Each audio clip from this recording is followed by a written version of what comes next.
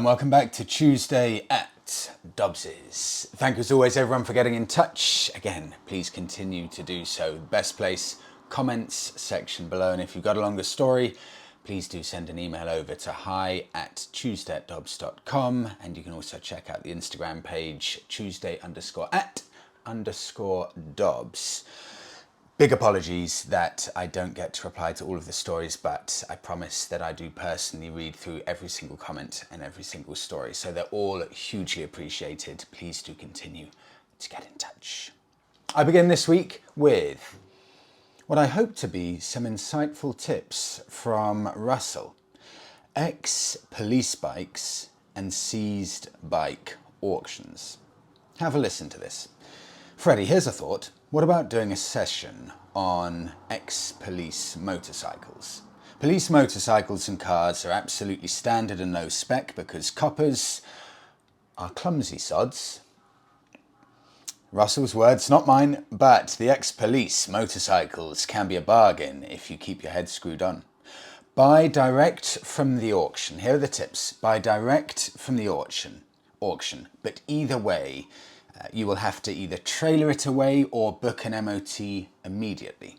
Police and emergency vehicles like the Royal Mail Fleet, I didn't know this, they are MOT exempt, so they don't require the annual check, as they have a rolling maintenance schedule. However, the service history will be provided with the machine, and only OE parts will have been used, and the machines will have been warmed up and ridden hard, so smooth and reliable.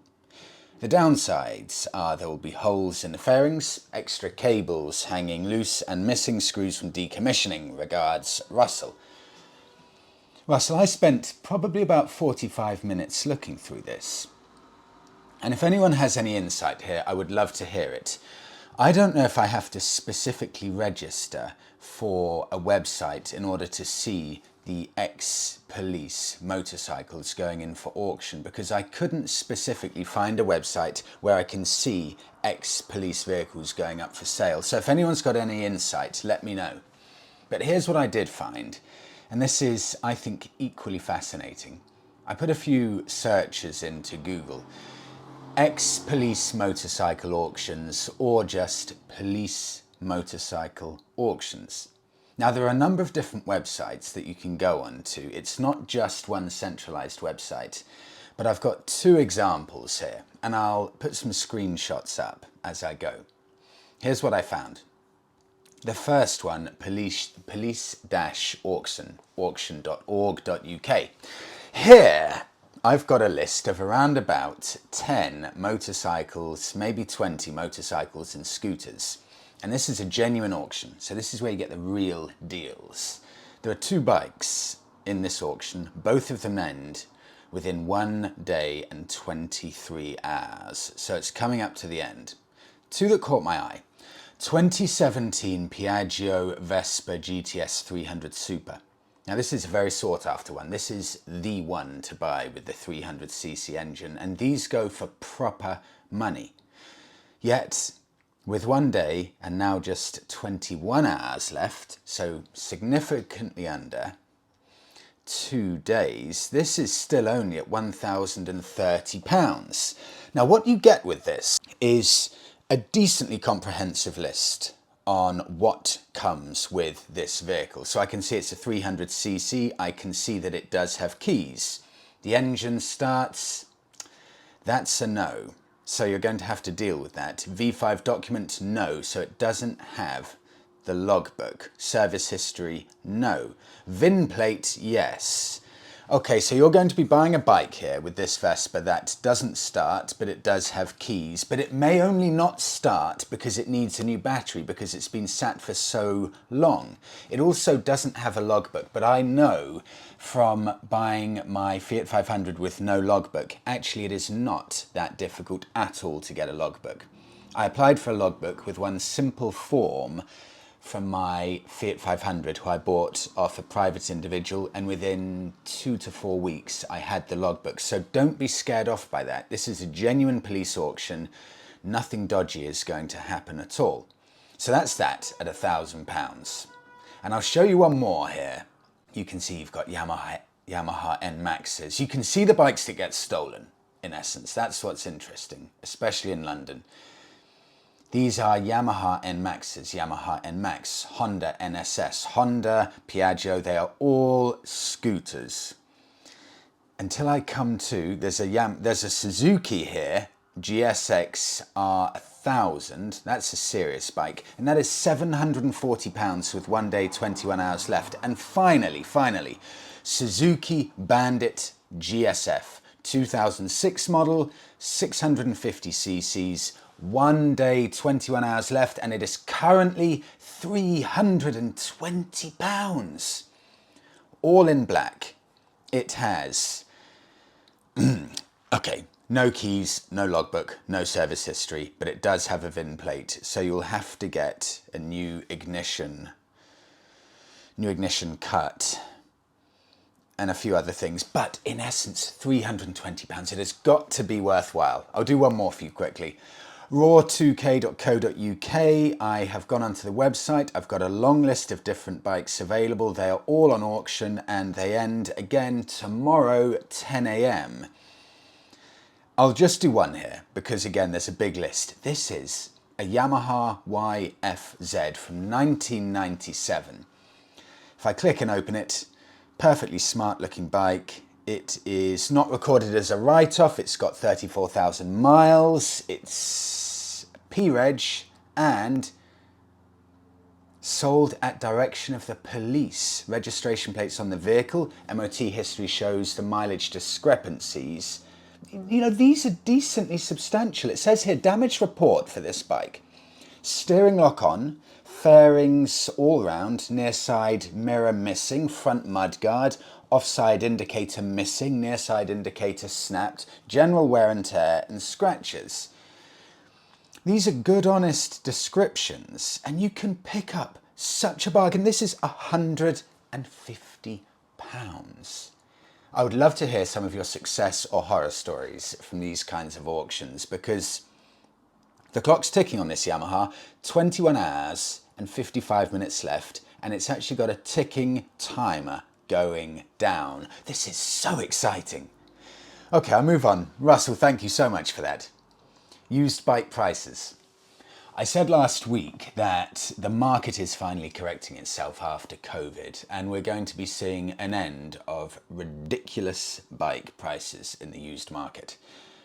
I would say that about 30% of people agreed with me, but 70% of people thought that, look, it's just because it's the end of season. Don't get your hopes up too much because there's always a correction when October comes. Here are a few of your thoughts on the current state of the used market. Steve, US. Steve, good to hear from you again. Freddie, I think the reason that bike prices have tanked, at least here in America, is that due to the ridiculous inflation, people simply don't have the extra money. And Phil in the UK, is the market correcting itself, or is the economy so damaged that people just can't afford to pay the prices, so sellers are reducing them in an urgent need to keep their heads above water? I think both could be true. I've got, for example, a friend of mine, good friend of mine. He bought a house a year or two ago, and he's just had an insurance renewal quote, a mortgage renewal quote. That is £800 a month more than he's currently paying. And he has to take that quote because it's the best that he can get. So every single month, my friend is now going to have to pay, from next month, £800 a month extra for getting nothing extra at all, just paying that in increased interest charges on his current property. He's not moving house or anything.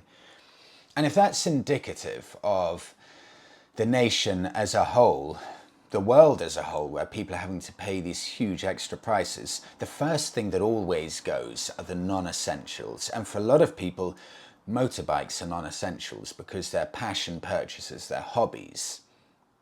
And that may well be why we're starting to see these big decreases in prices, these huge moves in prices. Some of them I've seen on Facebook Marketplace, £2,000 reductions on some motorcycles, because there will be people now with insurance with mortgages coming up to an end and new mortgage agreements coming into place, they are going to be desperate to get rid of any excess finances that they have on a rolling monthly basis. Coupled with that, we're at the end of biking season for the core majority of bikers, and there are going to be massive amounts of potential to get some really good deals. Moving on. Garage goals from Scotland. This is from Jim in Glasgow. Freddie, and I'll put the pictures up because I love this Jim. Freddie, a few months ago, while watching YouTube, I came across a Kawasaki Z900 RS review. I hadn't seen this bike before and thought it was stunning. Long story short, I now have one, which sits nicely in my man cave alongside my two classic Triumphs, a 1978 Bonneville and a 1998 Legend.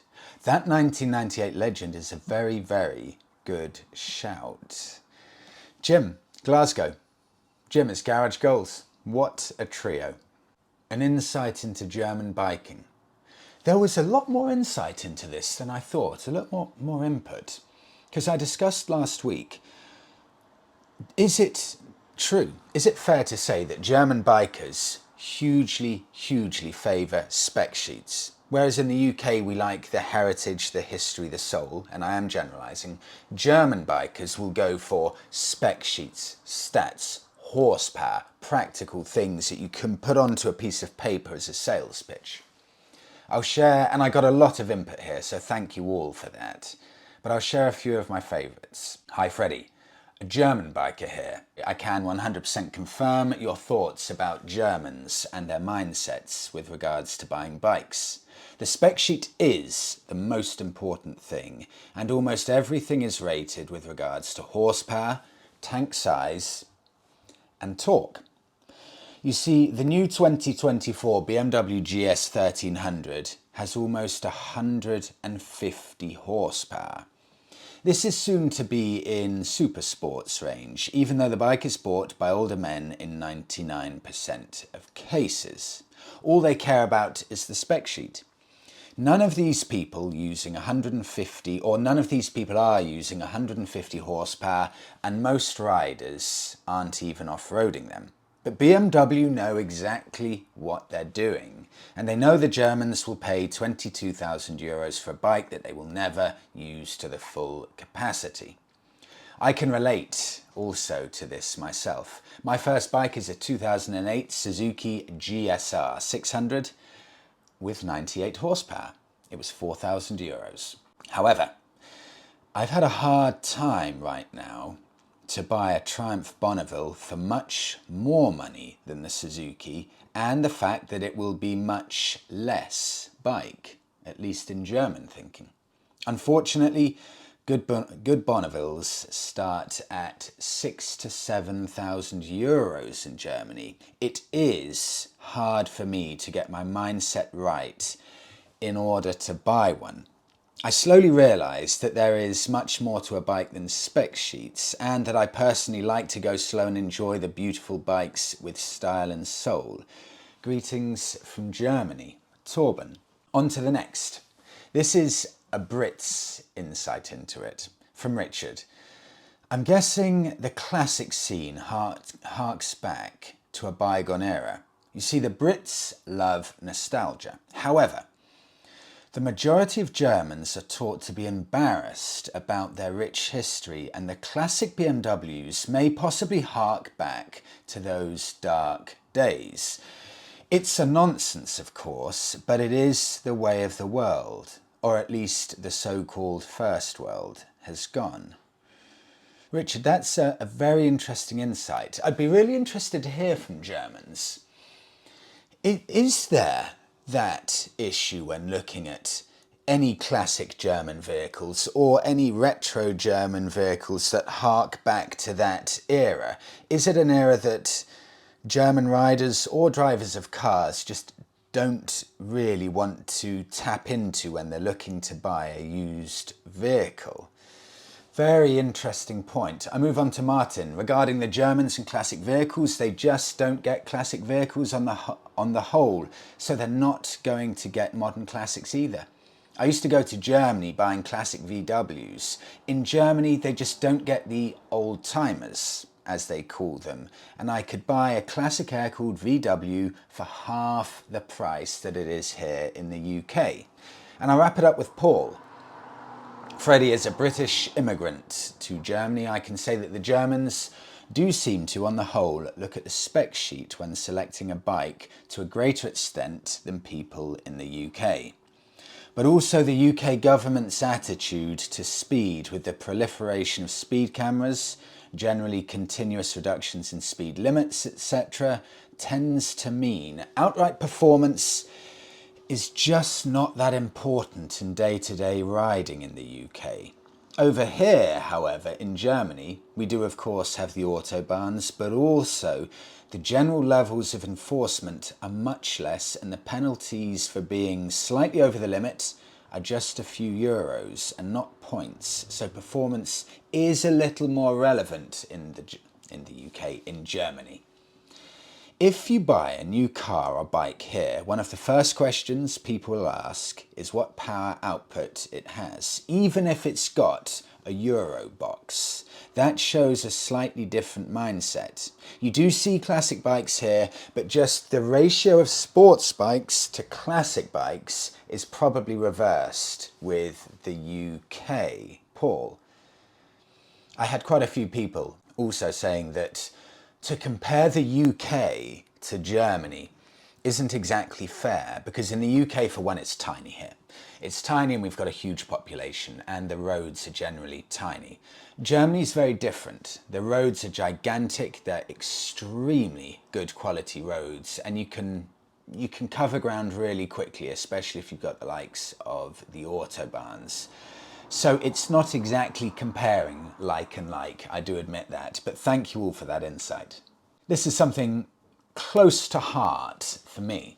Freddie, I have pictured a 2015 Triumph Bonneville 865cc, and it is one of the last air-cooled and oil-cooled models before they became liquid-cooled.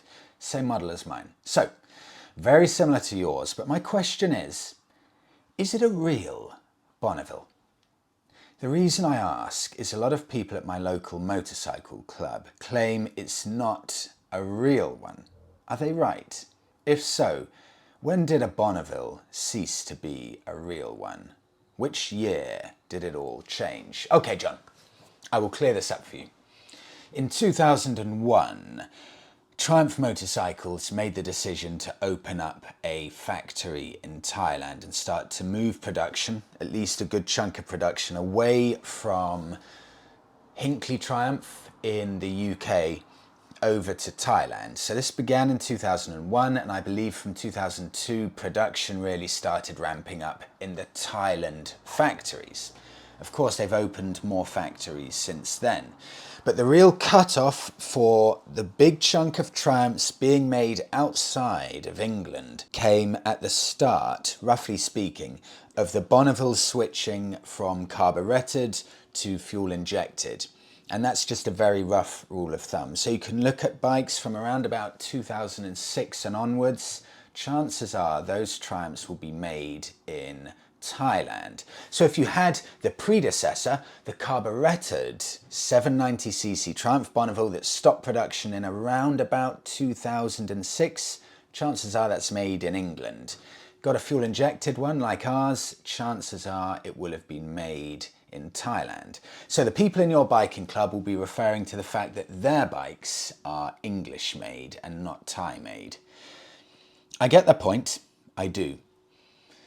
But, and there's always a but my thinking is this. Every single generation will think that their bike or car is the real deal, and everything after that is just not quite genuine enough.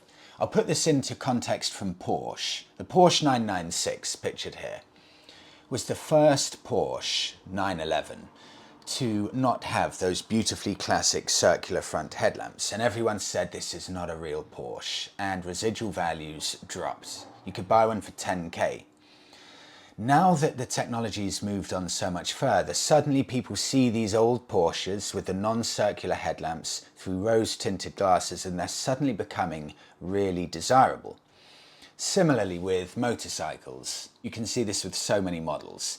People will now look at our bike, our Triumph Bonnevilles, 865cc, air-cooled, no ABS, no rider modes. They will look at these as the last of the real Triumph Bonnevilles, now that they're water-cooled, ABS, rider modes. So people will always look at the generation 1 or 2 removed to compare their bikes to, and this will keep going and keep going. When we've got electric motorbikes, people will be looking at the current crop of Bonnevilles and saying, that's the last of the real Bonnevilles. So, John, I wouldn't worry about it too much.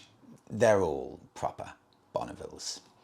It's just things evolve. Whether it's markets, technology, etc., etc., things just evolve. Moving on. Old, but gold. Freddie, I'm an expat living in North Carolina, USA. I own, pictures up here now. I love these bikes. Oh, I love these bikes. This is one of my top picks for classic bikes. Don't think a Goldwing, so I'm butting in here because I'm overexcited. Don't think the old classic Goldwings are these huge things with bad quality plastic because they're from the 80s. No, the original Goldwings were stripped back. You could get them with fairings and panniers on the back, but they could be easily taken off. At the core of the bike was as good a looking, stripped back, beautiful bike, all metal, that you could ever imagine. I continue. Freddie, expat living in North Carolina. I own an 83 Goldwing GL1100 standard, which I paid $2,000 for. That's a really... Okay, remember this price, which I paid $2,000 for. Let's say that's about £1,500 sterling, with 37,000 miles on the clock 4 years ago. It did need some minor maintenance work, for example, brake work, but my question is this. Obviously, the Goldwing was built from 1980 to 2010 in Ohio to take it on, or to take on the American market. They're plentiful here, but older, good ones are getting fewer, as most that have been stored need carburetor work for $400 to $500, around about the standard price to get that carb work sorted. So, if you want a true classic, is it not better to source the original than the modern retro? Mike, I really like this discussion. My argument for me is that the technology to live with, for me, not mechanically inclined, on a daily basis would be too difficult, because mechanics now who can work on carbed bikes, they are, in the UK, they are diminishing. There'll be plenty of mechanics you go to who won't work on carbed bikes because they just don't have the experience. As the newer generation come through, become apprentices, a lot of the time they're just not taught on carb bikes. I know the place I take my bike to in Ipswich, Kingdom Motorcycles. He has a lot of bikes sent to him because the original garage that was working on the bike just don't work on carbed bikes. But I will admit, Mike, there's something very special about older motorcycles. So me with my romantic mind on, yes, I want an old classic bike, I really do. It's just me with a level head, I need fuel injection. Anything else I can do without, but I need fuel injection. But I had a look at this because it is one of my favourites, this Goldwing, Mike. Interestingly, the first generation Goldwing was made in Japan from 1974 to 1979. However, the Gen 2s were made in Japan from 1979 to 1980, but after that, to get into the US market, now this is interesting, Honda built the Goldwings in Ohio, USA, for the Gen 2 from 1980 to 1983. So, if you're looking for, let's say for example, a Gen 2 like Mike's that was a US built bike, well, I'm going to tell you now, you're going to be having a bit of difficulty looking. First of all, almost certainly you'll be buying a US bike that's been imported from the US, and that's absolutely fine because you may well be buying one from California or Florida. So chances of rust fairly minimal. But the problems are there just are not many left. I think I found about six available across Facebook Marketplace and eBay. But of those six, only two that I could find are actually in running order. And I found one available, and I was about to show it to you all, but it was £2,500, and I was about to say this is a brilliant deal, but the problem is it's just got too much rust. It's not in running order, so it's not a realistic bike to show as a good proposition. And that left me with just one bike available. So bear in mind that Mike picked his up in the US, $2,000, 38,000 miles on the clock. It's nothing. In the UK, the cheapest I could find that's in running order, in good condition, £6,000. I think we're looking at what is going to be a very desirable classic bike here. I'll read it out and put pictures up. This is the only one I could find in good condition and running order, the only one. £6,000 Honda GL 1100 1980 model, so the start of the US built bikes. 4,000 miles on the clock, absolute stunner, so this one's perfect. No MOT needed because it's over 40 years old. It has the handbook, spare keys, recent big service, so this one is good to go. They've said here you'll be hard pressed to find another Goldwing 1100 like this. It's spent most of its life in the warm Florida sunshine. So it's got on all of the touring kit, but you know, you can take off if you need to the back box and the panniers and you are left with a glorious looking bike.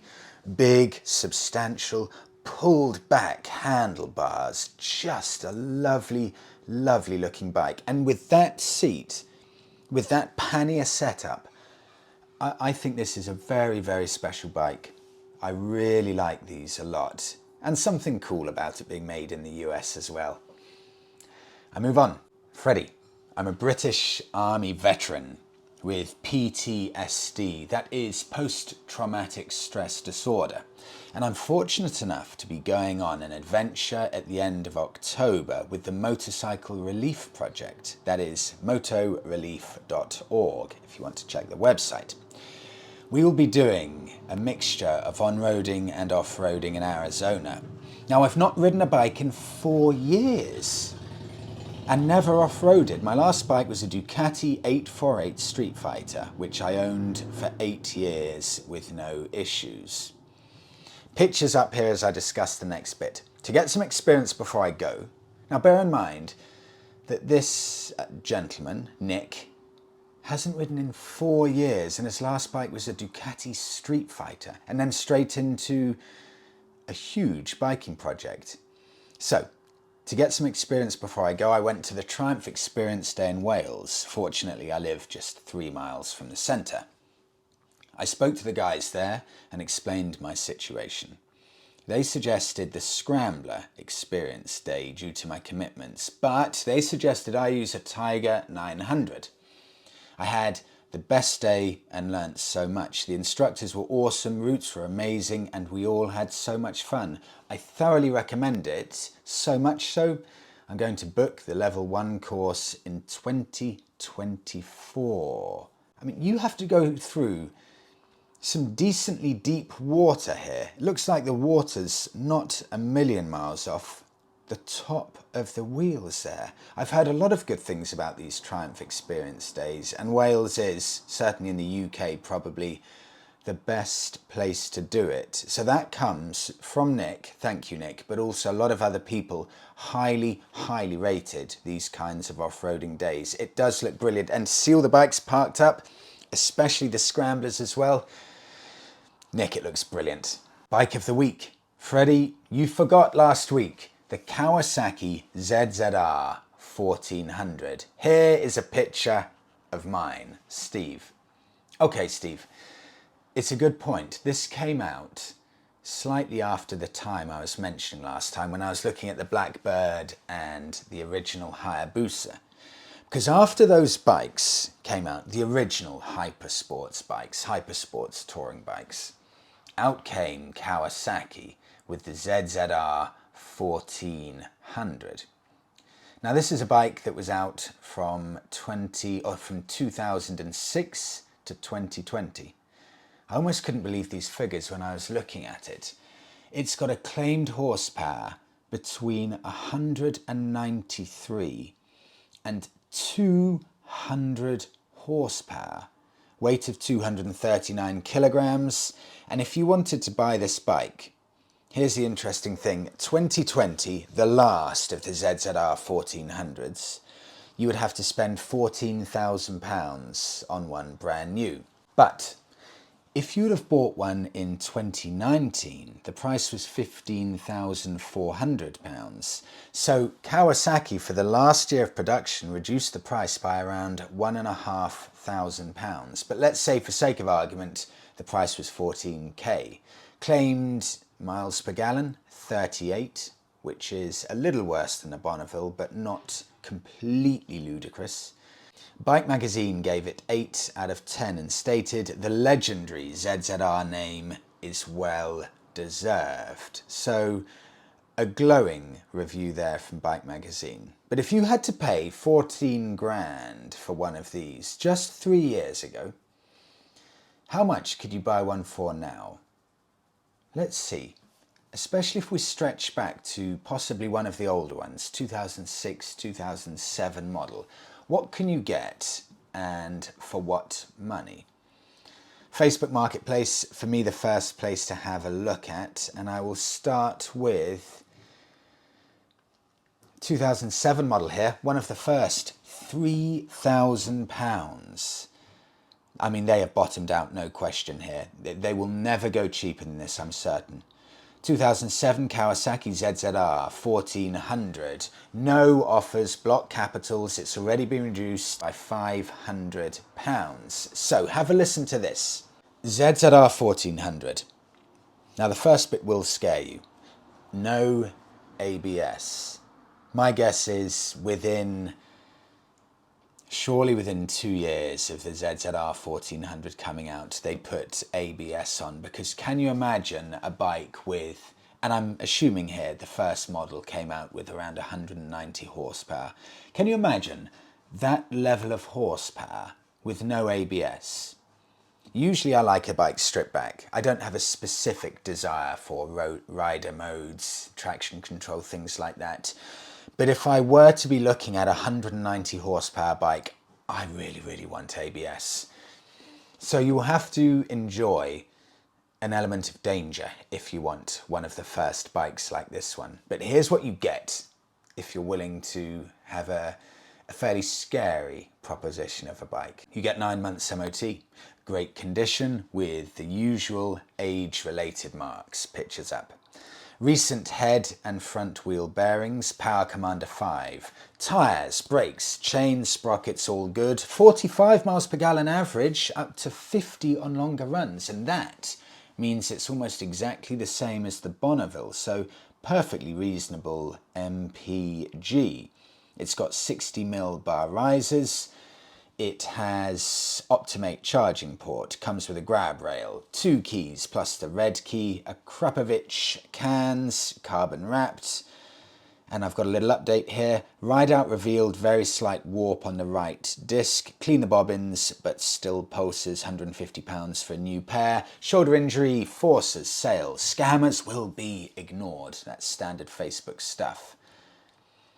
This is still 16 years on, an incredibly imposing bike. It's got such a long wheelbase. I remember when these first came out, not far off when I first got into biking, and I remember when I first saw it, that is an unbelievably scary looking bike. It looks like a spaceship.